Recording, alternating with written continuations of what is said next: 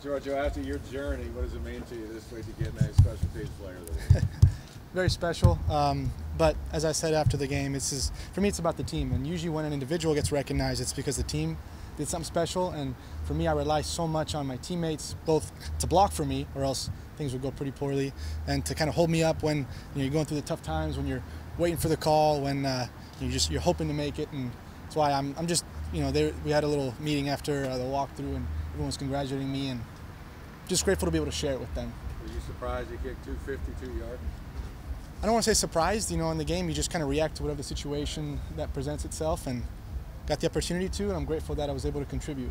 What have the last few days been like for you in terms of what have the last few days been like for you, just in terms of people you've heard from? I'm sure you've heard from lots of people. And sure. What's that been like? I've had a ton of support, just an outpouring of support from the community, and again, for me, this is as much a personal journey as it is. I like to share it with as many people as possible, and especially those that have been with me every step of the way. And a lot of those people live in this area, Camp Lindo High School, the Cal community, and to be able to see how happy they are for me, not just as a kicker in the professional light of this experience, but as a person, it means a lot to me. And again, being able to share that with them after the impact that they've had on me, very special.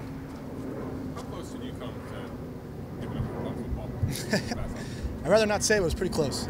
Pretty close, yeah. What went into, why did you decide to give it a shot? Well, you got to look at it, and I actually had a very long conversation with Coach Seeley back in the spring, and, he said, I understand what you're thinking, I understand what you're feeling. We kind of talked through the ping pong battle going on in my head and in my heart, and he said, you just kind of got to follow your heart. And, I knew what my heart wanted. Obviously you want to make it, you want to, succeed, you want to be able to be a part of something special, and this is a special place. But it's you give a lot of yourself, and sometimes when you're rejected so many times, it takes a lot to put yourself back out there. But in the end, if you look back on this in 20 years, I didn't want to have any regrets, and that ultimately helped kind of push me to making the decision to come back. Giorgio, how would you say your time at Cal Berkeley helped you get to where you are now?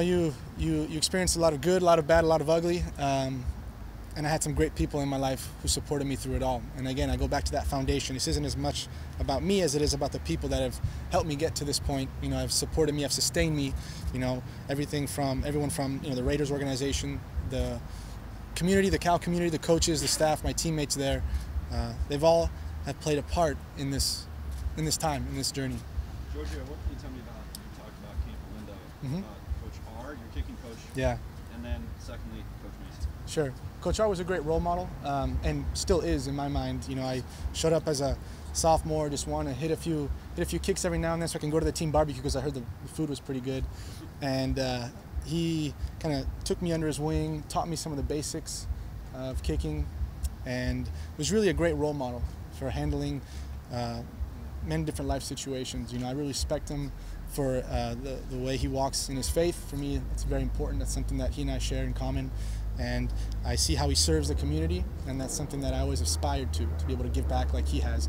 And Coach Macy is just a prototypical high school coach. He's a man from a different generation, a man from the past. And he chewed me out a couple of times in high school. Maybe that's prepared me for being able to just soak it all up. Again, the good, the bad, and the ugly.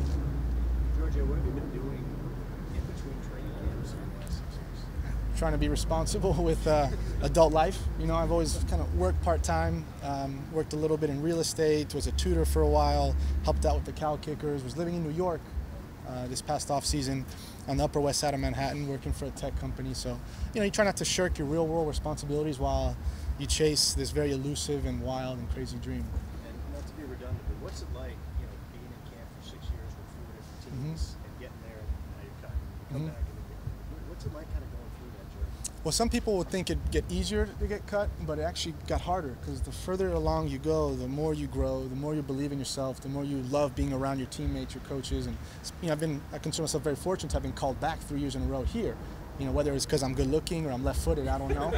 I hope it's for the former, but it's hard to kind of devote yourself to the team and want to give and want to serve, and you give yourself wholly and fully, and then the business decides that it's time for you to move on. at least for the time being. So it is difficult, you know, and that's something that why I keep going back to the great support I've had in my life, because there were difficult times when you question, you know, can I keep giving myself in this way only to be rejected again? And you know, Shakespeare said it's better to have loved and lost than to have never loved at all.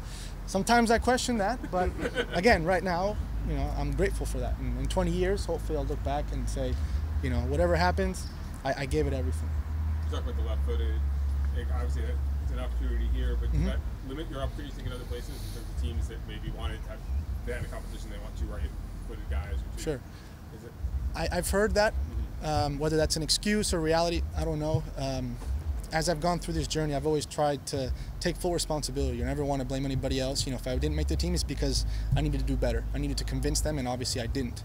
So whether that was the reason or not, it's out of my control. Was it ever a hard decision coming back here, knowing they had a guy who was so established? You keep coming, you know, it's not like it's an open competition when you come here and Sure. there. Was that ever difficult to ever think maybe I should go somewhere where there might be a better chance to? You know, you think of those things, but there's only one team calling, so if you want to go back to football, there's only one opportunity. And again, I say I'm grateful for it because, you know, what Coach Del Rio has done here, what this team is doing, and what this team will do is special. So to get to be a part of it, you know, intermittently for a couple of years, hopefully for, you know, moving forward for a long period of time, you know, after Seabass, I'm just grateful to have gotten the taste, you know, and gotten the chance to continue forward. How many friends and family are you going to have Sunday at the game? I don't know, not too many, not too many. Knowing your journey, how overwhelming has it been handling all this newfound attention? It's been a challenge, definitely, because, you know, in my mind, you know, you go on the field, you do your job, and there's a subtle joy to it, you know. And I think I've talked to older kickers, and they just say you kind of got to stay even keeled. And maybe my personality isn't necessarily of that, you know, cut from that cloth. But you know, in this case, I'm very pleased with how the game went. But you know, my mind was already thinking, how do I approach the next game like a pro? You know, this time from the inside out, not from the outside in. In your first training camp, Brett Seeley was there. For him to be here now, as someone you saw and understands the start of your journey, and to see where it has progressed, for you, what's that meant to have his support all along? It's being that phone call that would keep you in training camps.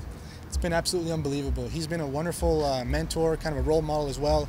You know, I think he's become attached to me, and I've become very attached to him in that, you know, I use him as a resource. You know, when I'm experiencing things, when I have some things I want to work on from a technical standpoint, when I'm curious about different situations and how they play out, how I should approach them, I'm very comfortable going to him. And he's always been very honest, always been very straightforward with me, and I feel like he's a great support for me. Giorgio, I know you don't have a smartphone, but the past couple days, how many times have you been here in the text inbox? A few times, and I'll say it again like I said the other day. If you've texted me congratulations or kind words of support and I haven't gotten back to you, I apologize. Just know that the feeling is absolutely reciprocated. I'm so grateful for the outpouring of support, and I hope to be able to share more moments with you. Okay, guys, thank you very much. Thank you, guys. Have a good one. No problem.